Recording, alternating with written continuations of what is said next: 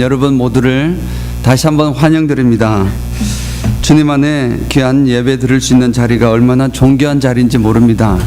이 귀한 자리, 여러분들이 저 교회의 문을 딱 열고 들어오시는 순간 하나님의 영의 나라로 들어오심을 믿습니다. 그러한 하나님의 크신 은혜가 이 시간 가득 채워지시기를 예배를 통해서 하나님께서 함께 하시기를 원합니다. 지난 3-4주 정도 우리가 이렇게 열심을 품은 성경의 사람들, 정말 열심을 품은 사람들에 대해서 살펴보았습니다. 그 중에 베드로를 보았습니다. 베드로 하면 여러분 기억이 나시겠죠. 또 구약에 있던 야곱에 대해서 또 살펴보았습니다. 그분의 열심은 또 어떤 것이 있었는지, 그리고 지난주에 사마리아 여인, 이 수가성에 살던 사마리아 여인을 통해서 또 하나님의 열심을, 본받은 열심을 보았습니다. 그러나 그 무엇보다도 가장 정말 그 무엇과도 비길 수 없는 열심은 바로 하나님의 열심이었습니다.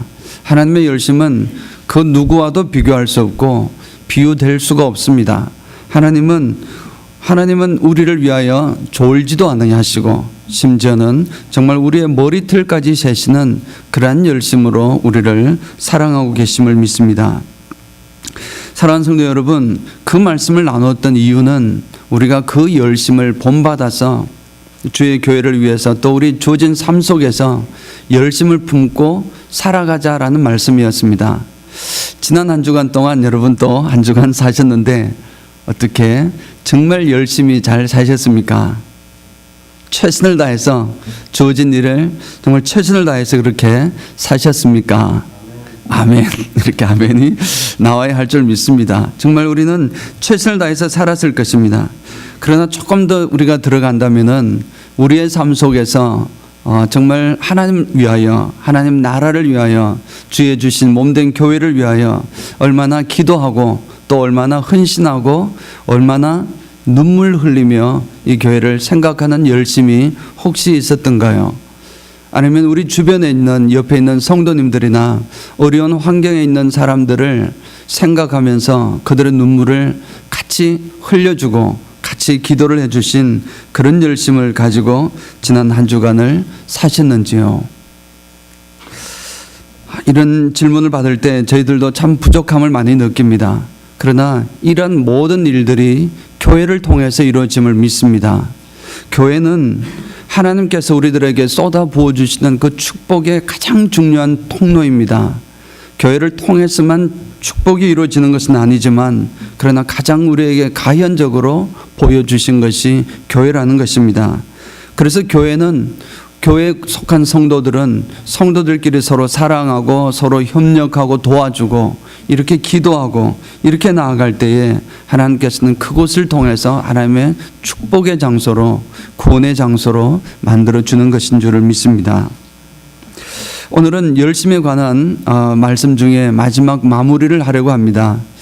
그 가운데 이 사도 바울을 보려고 합니다. 왜냐하면 사도 바울 하면 이미 교회를 조금이라도 좀 다니신 분들은 열심의 대명사로 여러분 바로 알고 계실 것이기 때문입니다. 그런데 이 사도 바울이 정말 열심과 열정이 어느 정도 대단했느냐면, 여러분 성경의 사도행전을 거의 대부분을 오히려 사도 바울의 일로 이 기록을 한 것만 보아도 알 수 있습니다. 그리고 이 사도 바울을 통해서 그 이후에 수많은 사람들이 오늘 우리에게까지 이르기까지 정말 많은 사람들에게 그분의 열정과 그분의 열심을 본받아서 그 복음 들고 땅끝까지 갔던 것입니다. 땅끝으로 갔고 정말 오지로, 아프리카 오지로, 아시아 오지로, 저 남아메리카 오지로 들어갔던 것입니다. 그러한 열심을 통해서 하나님의 복음의 역사가 흥왕되는 일이 일어나게 했던 참 그런 일들이 많이 있었던 그 큰 인물 중에 한 사람이 바울이었습니다. 오늘 우리가 알고 있는 우리 한국의 기독교를 전거했던 언더우드 선교사님도 마찬가지입니다. 그분도 역시 여기에서 신학 공부를 하고 이 사도 바울의 복음의 열정의 본을 받아서 그 열심으로 주님의 복음 들고 알지 못하는 한국 땅으로 갔던 것입니다. 그래서 뿌렸던 씨앗이 오늘날 우리에게 이런 줄을 믿습니다. 자, 오늘은 하지만 이 사도 바울의 또 다른 면을 같이 나누고 소개를 하려고 합니다. 그분은 열정의 사나이, 정말 열정의 사람이었지만 또 동시에 겸손의 사람이었습니다. 정말 이 겸손한 사람이었다는 말씀을 들을 때에 우리는 사도 바울에게서 겸손한 점이 있을까라고 생각을 하실 수도 있겠습니다. 그러나 하나님 일에 열정이 있는 사람들은 반드시 겸손한 사람들이었습니다. 자신을 이제 정말 죽이지 않은 사람이 없었습니다. 자신을 낮추고 겸손한 자리에 이른 사람들이 하나님의 정말 열정을 품은 사람들이었습니다. 열정과 겸손은 사뭇 어울리지 않는 정말 배치된 말씀인 것 같지만 사실은 서로 잘 안 어울리는 것처럼 보이지만 반드시 이 둘이 같이 갈 때 하나님의 역사가 이루어진 줄을 믿습니다. 가을이 되면 생각나는 속담 무엇이 있을까요? 한국의 속담 중에 여러분, 제가 우리 처음에 인사할 때 여러분 뭐라고 인사하셨습니까? 벼는 익을수록 고개를 숙인다. 그렇습니다. 정말 벼는 익을수록 고개를 숙입니다. 빈 깡통이 시끄럽습니다. 그리고 꽉 찬 깡통은 툭툭 때려도 소리가 잘 나지 않습니다. 사람도 마찬가지입니다. 사람이 어떤 것에 대해서 한 가지를 알고 있는 사람은 내 그걸 안다고 큰 소리로 외치고 자기 주장이 강하게 될 수밖에 없습니다. 왜냐하면 아는 것이 그것이 전부니까 큰 소리로 자신의 주장을 할 수 있는 것입니다. 그러나 그 사실에 대해서 여러 가지를 하나 둘 세 가지를 세월을 거치면서 깨닫고 또 새로운 것을 깨달아서 가졌던 그런 사람들은 함부로 그렇게 단정지어 말을 하지 않습니다. 왜냐하면 자신이 벌써 오늘날까지 이르는 것도 그냥 이루어진 것이 아니고 어떤 사실을 알았다가 이렇게 생각했는데 또 다른 새로운 것을 깨닫게 되어가지고 또 이렇게 변해왔고 또 지난 후에 또 새롭게 깨달아져서 이렇게 왔다는 사실을 알고 있기 때문입니다. 그래서 자신도 그런 변화가 있었고 또 자신도 틀릴 수도 있다는 사실을 인정하기 때문에 그렇게 단정지어 말하진 않습니다. 겸손을 미덕이다, 그렇게 하는 말씀이 있습니다. 정말 겸손은 미덕이었습니다. 그런데 요즘은 사실 겸손한 인물보다는 패기와 열정의 인물을 훨씬 더 높이 평가합니다. 그 사람들이 더 인기가 많고 그 사람들에게 더 많은 크레딧을 주고 있습니다. 특별히 TV 드라마나 또는 영화 같은 데 나오는 주인공들은 대부분 패기 넘치는 인물입니다. 패기가 넘치고 또 정말 비록 자신이 좀 부족하지만 그러나 어떤 일에 열정을 가지고 패기를 가지고 그 일을 끝까지 도전해보는 그런 사람들을 높이 평가하게 됩니다. 그런 패기와 젊음과 또한 그런 열정이 잘못된 것이 아니라 바른 것이지만 지나치게 그쪽이 항상 집중을 하다 보니까 겸손이 미덕입니다라는 말이 어느새 점점 들어가고 있는 것입니다. 말을 함부로 그렇게 하지 못하는 것입니다. 그리고 그렇게 큰 가치를 두지 않는 것입니다.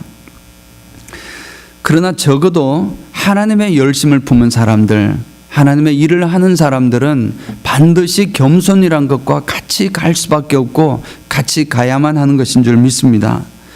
그분들은 온유함이 풍부합니다. 성경의 인물들이 다 그랬습니다. 특별히 오늘 사도 바울은 안 그런 것처럼 보이는 아주 터프하게 복음 전거만 열심히 했던 그런 사람인 것처럼 보이지만 사실은 그분의 내면 속에는 하나님과의 관계 속에서 정말 피 흘리기까지 하나님과 자신과의 어떤 그런 믿음과 이런 모든 것에 대해서 고민하고 또 정말 간절하게 진리를 찾고 나아갔던 그런 흔적들이 있습니다. 그런 흔적들의 결과가 자신의 부족함을 깨닫고 겸손한 사람으로 나왔던 것입니다. 사도 바울의 열정은 우리 모두가 알고 있습니다. 이 시대 최고의 정말 열정의 사람이었습니다. 베드로조차도 이미 비교가 어찌 보면 안 될 수도 있는 그런 최고의 인물이 아닐까 그렇게 생각을 할 수 있습니다. 정말 사도 바울은 이 주님을 만난 이후에 그 이후로부터 자신의 생애 자체가 바뀌어 버렸습니다. 그의 생애 자체가 자신의 모든 것을 버리고 주님 나라를 위해서 복음 전파를 위해서 이제 저 소아시아 지역으로 결국 유럽으로 넘어가고 이 지중해 있는 모든 지역까지 다 복음을 전가하기 위해서 쉬지 않았던 분이었습니다. 그런데 그러한 열심 가운데 복음을 열심히 전하고 또 복음 전가하는 가운데 수많은 이적들이 일어나고 그러한 가운데 자신과 하나님과의 내면적인 관계 속에서 어떤 자신에 대한 이런 생각을 가졌을까요? 그걸 우리가 알 수 있는 것은 그는 사역 초기부터 정말 순교당하기 바로 직전까지 편지글을 써서 격려를 하고 글을 써서 보내었습니다. 그런데 그런 글들 중에 중요한 것들이 다 고스란히 신약 성경으로 남아 있습니다. 그래서 그분의 고민과 그분이 생각했던 것들을 우리는 엿볼 수가 있습니다. 그런데 그런 기록들을 살펴보면 자신에 대한 고백들을 살펴보면 참 놀라지 않을 수가 없습니다. 그의 사역이 후반으로 가면 갈수록 점점 더 겸손한 모습으로 자기 자신에게 대해 겸손하게 묘사하고 있습니다. 그래서 오늘은 성경을 좀 찾아보고자 합니다. 여러분 성경 찾기 힘드시니까 파워포인트로 준비를 했습니다. 같이 이제 보시면 되겠습니다. 첫 번째가 갈라디아서 1장 1절입니다. 한번 보여주시기 바랍니다. 예, 갈라디아서 1장 1절을 우리 같이 한번 읽겠습니다. 시작. 사람들에게서 난 것도 아니요 사람으로 말미암은 것도 아니요 오직 예수 그리스도와 및 죽은 자 가운데서 그리스도를 살리신 하나님 아버지로 말미암아 사도된 바울이 자신을 이렇게 소개를 하는데 쭉쭉쭉쭉 블라블라블라 가다가 사도된 바울은 나는 사도라는 것입니다. 그래서 이 바울은 이제 이 갈라디아서는 사도 바울이 사역을 했을 때 처음으로 기록한 성경이었습니다. 이제 데살로니가 전서와 어떤 것이 더 빠른지 거의 같은 시기에 쓰여져 가지고 확정은 못하지만 대부분의 사람들은 갈라디아서가 먼저 쓰여졌다 그렇게 생각을 하고 있습니다. 처음으로 쓰여진 그 갈라디아 사람들에게 보내는 그 편지글에 바울은 자신을 나는 하나님께서 허락하신 사도라는 것입니다. 어느 누가 뭐래도 세상 사람들은 지금 12제자를 통해서 하나님의 제자들을 사도로 세워주셨고 그들을 통해서 사도라고 하고 있지만 나는 하나님께서 직접 세우신 하나님으로 말미암은 사도다, 이걸 지금 강조를 하고 있는 것입니다. 정말 패기만만한 사도의 모습으로 자신을 소개하고 있습니다. 얼마나 이 사도인 것이 자랑스러웠겠습니까? 자신이 원래 핍박하고 예수님을 핍박하던 그런 사람이 하나님께서 은혜로 그를 부르셔서 지금 사도로까지 세워주셨으니 얼마나 정말 감당 못할 정도의 감사함이 있겠습니까? 얼마나 큰 은혜가 있겠습니까? 얼마나 감격스러웠겠습니까? 그래서 사도 바울은 이렇게 나는 사도다 이렇게 지금 외치고 있는 것입니다. 그리고 나서 이제 7년이 흘렀습니다. 세월이 7년이 흘러서 이제 고린도 교회에 보내는 편지로 보겠습니다. 고린도전서 15장 9절을 우리 다 같이 한번 읽어보겠습니다. 나는 사도 중에 가장 작은 자라. 나는 하나님의 교회를 박해하였으므로 사도라 칭함 받기를 감당하지 못할 자니라. 아멘. 자, 이제 자신을 나는 사도다 이렇게 큰 소리로 이렇게 외쳤는데 아마 이 말씀은 세상 누가 뭐라 해도 나는 12사도가 있지만 나는 늦게 되었지만 작은 자가 큰 자가 되는 것처럼 나는 그 중에서 최고라는 그런 의미가 어느 정도 아마 깔려 있었을 것입니다. 7년이 흐른 후에 그는 이렇게 고백을 하는 것입니다. 나는 사도 중에서 가장 작은 자다는 것입니다. 사도 중에서 작은 자일 뿐만 아니고 사도 중에서 작은 자를 넘어서서 이제 사도라 칭함받기도 감당하기가 힘들다는 것입니다. 나를 사도라 부르지 말라는 그런 말씀입니다. 나는 그냥 이제 그런 고백받기가 참으로 힘들다. 그 이유는 나는 하나님의 교회를 정말 핍박했으므로 사도라는 말 듣기가 참으로 부끄럽다. 패기만만하고 자랑스러워하던 이 사도로서의 자신의 모습을 사라지고 그는 사도이긴 하지만 그래도 가장 작은 사도 중에서 가장 어린 그런 자라고 자신을 소개하고 있습니다. 실제로 점점 더 겸손해지는 모습을 볼 수 있습니다. 실제적으로 예수님의 제자들 중에 아마 나이적으로 본다면 베드로와 비슷하지 않았는가 이렇게 많은 사람들이 예상을 하고 있습니다. 나이는 베드로와 비슷했단 말은 제자들 중에서 그래도 연장자의 편에 속했을 것입니다.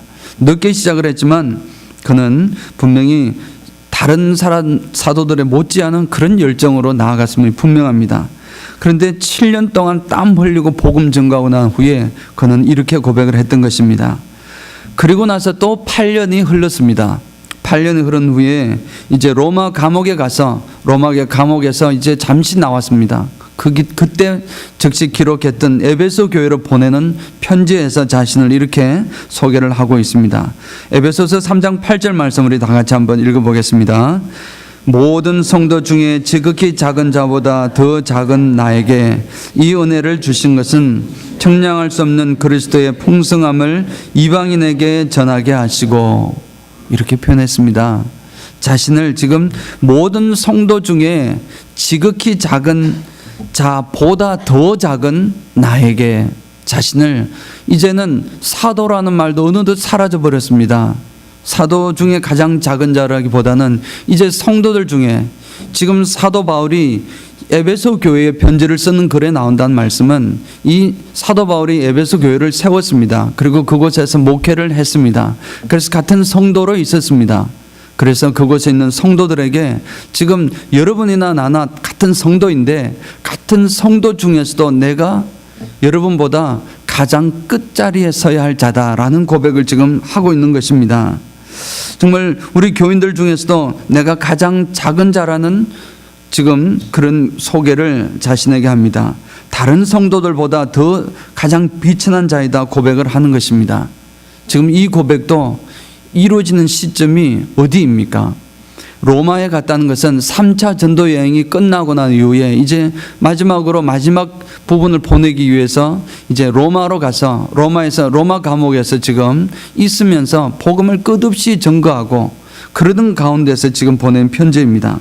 그런데 자신은 이렇게 표현을 하는 것입니다. 나는 이제 성도들 중에서도 지극히 작은 자니라. 그렇게 고백을 하고 있는 것입니다.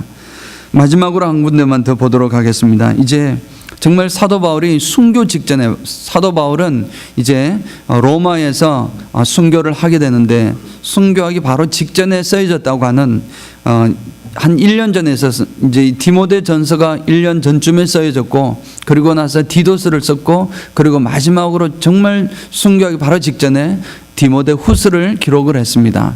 디모데 전서 1장 15절, 우리 오늘 봉독을 제가 했던 그 말씀을 15절만 같이 한번 보도록 하겠습니다.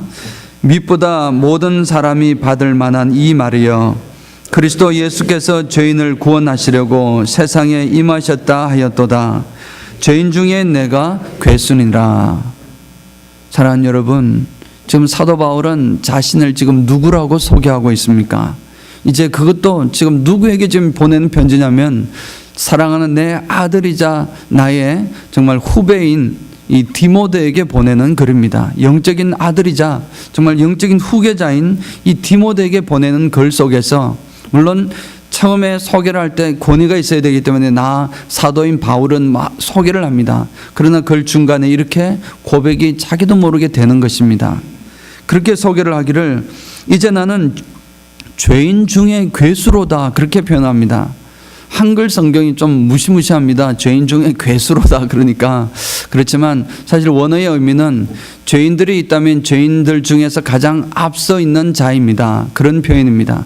죄인들 줄 서시오 하면 1번으로 서야 될 사람이고, 죄인들이 앞으로 이렇게 있다면 가장 앞줄에 서야 하는 사람이 자신이다, 그렇게 자신을 소개를 하고 있습니다. 정말 마지막으로 이렇게 이 디모데에게 보내는 그 사람에게, 디모데에게 보낸 편지에서 이 사도 바울은 자신을 이제 사도로도 비교하지 않고 있고, 이제 성도 중에 한 사람으로 비교하지 않고 세상에 있는 수많은 죄인들 중에 한 사람으로 비교를 하고 있는데, 그 중에서도 괴수다는 것입니다. 가장 악독한 죄인이다, 너무 안 좋은 사람이다 라는 사실로 이렇게 표현하는 것입니다. 가장 비천한 자이다, 나는 가장 비천한 자이고 더 이상 내려갈 데가 없는 그런 존재다라는 사실을 표현하고 있습니다. 정말 물론 이러한 표현은 그 다음 16절을 보면은 자신과 같은 사람이 정말 이렇게 땅바닥에 더 이상 내려갈 수 없는 그런 존재임에도 불구하고 하나님의 은혜를 받으니까 나도 구원을 받았다.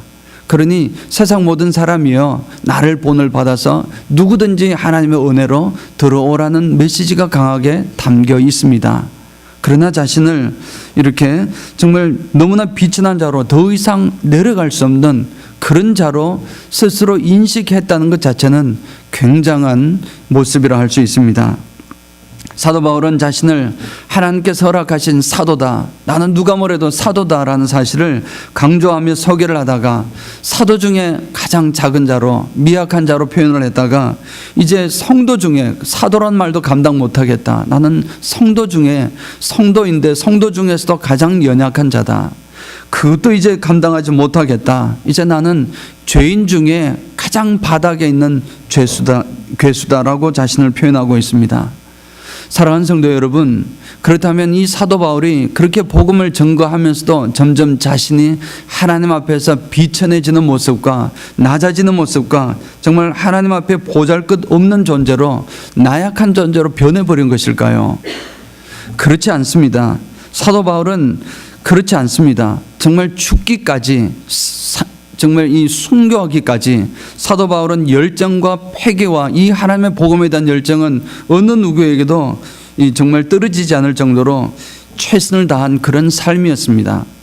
그래서 마지막으로 한 구절만 더 본다면은 생명 걸고 그의 최선을 다했던 것이 우리가 어떻게 알 수 있습니까? 사도 바울의 마지막 고백을 통해서 볼 수 있습니다. 이것은 디모데후서는 정말 순교하기 직전에 쓰여졌다고 알려져 있습니다.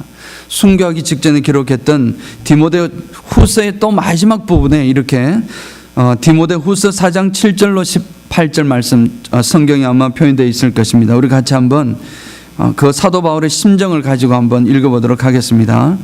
나는 선한 싸움을 싸우고 나의 달려갈 길을 마치고 믿음을 지켰으니 이제후로는 나를 위하여 의의 멸관이 예비되었으므로 주 곧 의로우신 재판장이 그날에 내게 주실 것이며 내게만 아니라 주의 나타나심을 사모하는 모든 자에게도니라. 이렇게 고백을 하고 있습니다. 사랑하는 성도 여러분, 이런 고백이 쉽게 나오겠습니까? 쉽게 나오는 고백입니까? 한마디로 자신의 평생 삶을 살면서 정말 후회 없이, 하나님 앞에서는 정말 후회 없이 내 평생을 주님과 더불어 살았습니다.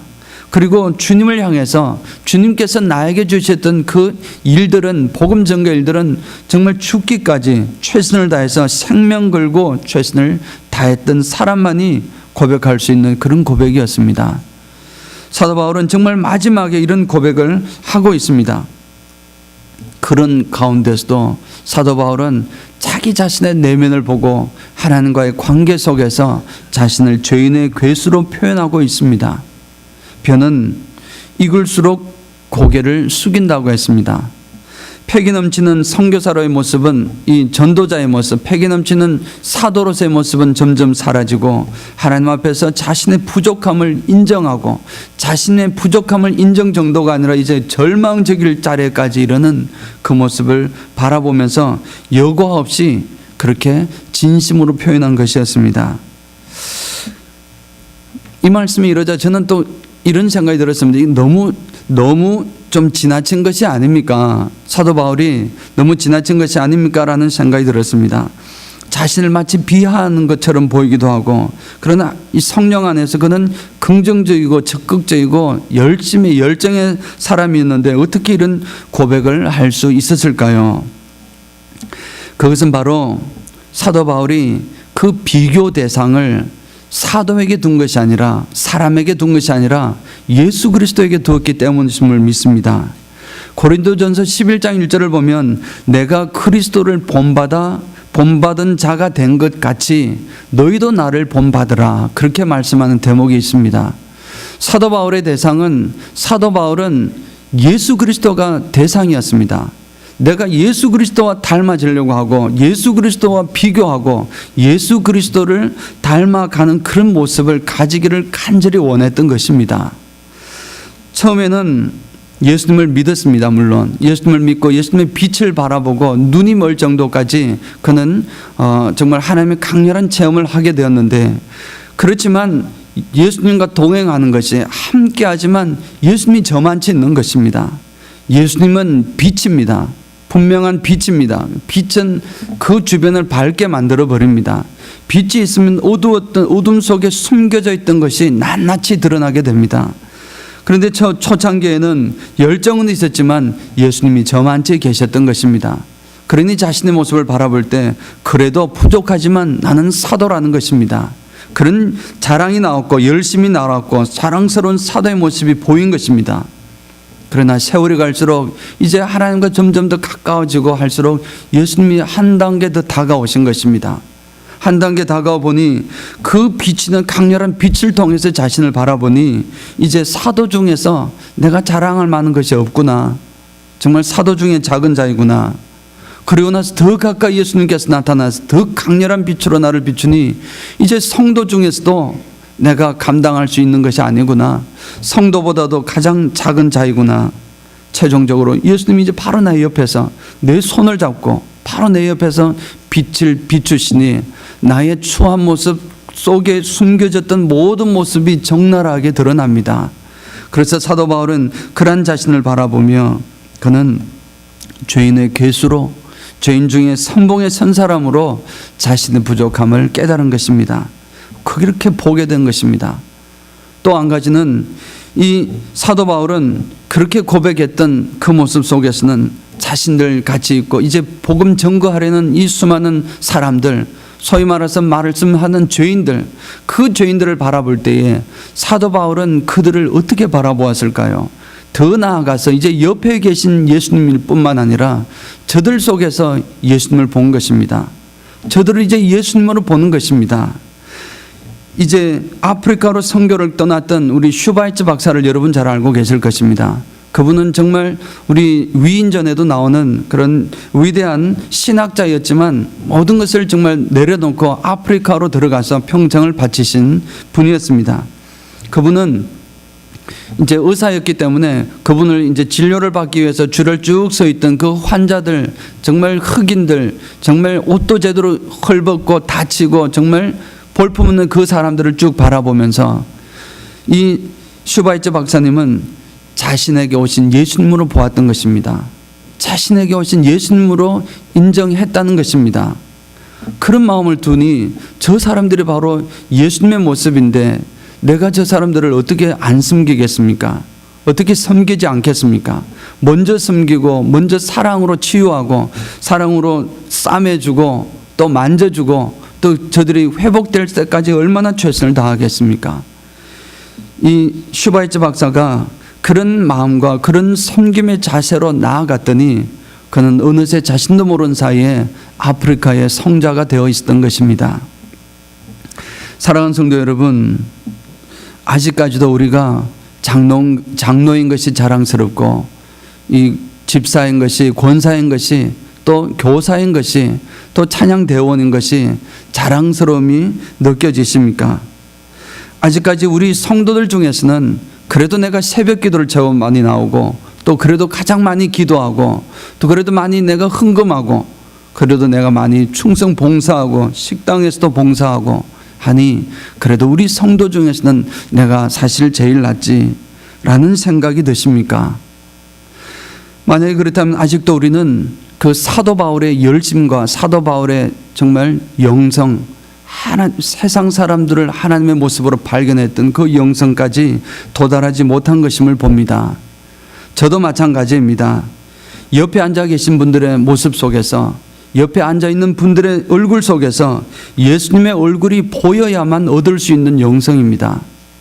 밖에서 내가 이제 전도하려고 하나님의 복음을 전거해서 저들로 하여금 하나님의 백성으로 들어와서 정말 하나님 안에서 행복한 삶을 살기를 원하는 저 사람들을 바라보면서 저 사람들 속에서 예수님을 바라볼 때에 그런 마음으로 저들을 섬겨 나가고 그런 마음으로 예수님 섬기듯이 저들을 섬기고 저들을 봉사할 때 하나님께서 우리에게 주시는 그러한 영성입니다.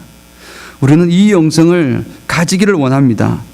그때에 우리는 진심으로 성도들을 사랑할 수 있고 섬길 수가 있습니다. 그때에 우리는 진심으로 세상에 있는 사람, 여러분들이 복음 한마디 증거해서 하나님 복음으로, 하나님 나라로 들어올 것이라고 생각할 수도 있는 그런 사람이지만 그분들을 진심으로 사랑하고 그분들에게 진정한 마음으로 복음을 전가할 수 있을 것입니다. 이 가을에 정말 이런 사도 바울의 열정과 사도 바울의 영성을 갖기를 원합니다. 저부터 원하고 우리 모두가 이 마음 같이 품고 가기를 원합니다. 그래서 그의 열정을 배우고 그러면서 하나님 앞에 내가 얼마나 부족한 죄인인지 하나님은 알면 알수록 하나님께서 가까이 다가오면 가까이 다가올수록 나 자신의 부족함을 바라보는 것이 정상적인 것입니다. 그런 정상적인 모습 가운데서 우리는 하나님과 더욱더 가까이 가고 오직 하나님의 은혜로다, 이걸 고백지 않을 수 없는 것입니다. 이제 평생을 살아오면서 이 사도 바울은 열정을 품고 모든 일들을 다 마친 후에도 결국 고백할 수 있는 것은 나는 하나님 너무 가까이서 보니까 여전히 죄인입니다. 그런데 나를 주님께서 이 모습으로 사용하여 주셨다는 것입니다. 오직 하나님의 은혜입니다. 진심으로 고백할 수 있을 줄 믿습니다. 그런 고백이 우리의 고백이 되시기를 원하고 또 우리의 일주일의 삶이 이런 사도 바울의 열정과 사도 바울의 영성을 닮아가시는, 가지시는 우리 모두가 되시기를 주님의 이름으로 축원드립니다. 아멘. 아버지 하나님, 우리가 지난 거의 한 달 동안 열정의 사람들, 열심의 사람들의 모습들을 보았습니다. 하나같이 저들은 하나님의 일에 대해서 성급하고 어쩔 줄 몰라 하고 아버지 하나님 정말 열정으로 나아갔던 것을 보았습니다. 때로는 정말 그냥 바다에 뛰어들기도 하고 물동이를 던져버리고 그냥 사역 때문에 뛰어들어간 경우도 있었고 또 정말 야곱을 통해서는 하나님께서 지시하신 그 말씀대로 준행할 때에 열정으로 준행할 때 하나님께서 큰 복을 주셨음도 보았습니다. 하나님께서 우리를 위해서 쉬지 않으시는 모습도 보았습니다. 하나님, 사도 바울을 통해서 자기 생명 걸고 나아갔던 그 모든 것 가운데서도 하나님과의 관계에서 정말 피비린내 나는 이런 고민이 있었고 고백이 있었고 그런 것들을 통해서 하나님 앞에서 점점 성숙되어 가던 그 모습도 보았습니다. 그런 성숙된 모습으로 세상 사람들을 사랑하고 대할 때에 진정한 하나님의 복음이 전구됨을 믿습니다. 우리가 아버지 하나님 이 가을에 이 영성을 본받기를 원하오니 주님 도와주시옵소서. 우리는 원하지만 때로는 인간의 욕심이 우리의 앞을 가리니 우리 성령께서 함께하여 주시지 아니하시면 우리가 아버지 하나님 할 수 있는 것이 아무것도 없습니다. 아버지 하나님 저희들 함께 하시고 주관하여 주셔서 하나님 내 삶을 통해서 하나님 영광 돌려드리는 정말 주님의 아름다운 축복이 흘러 넘치는 축복의 통로로 삼아 주시옵소서. 감사를 드립니다. 예수님 이름으로 기도하옵나이다. 아멘.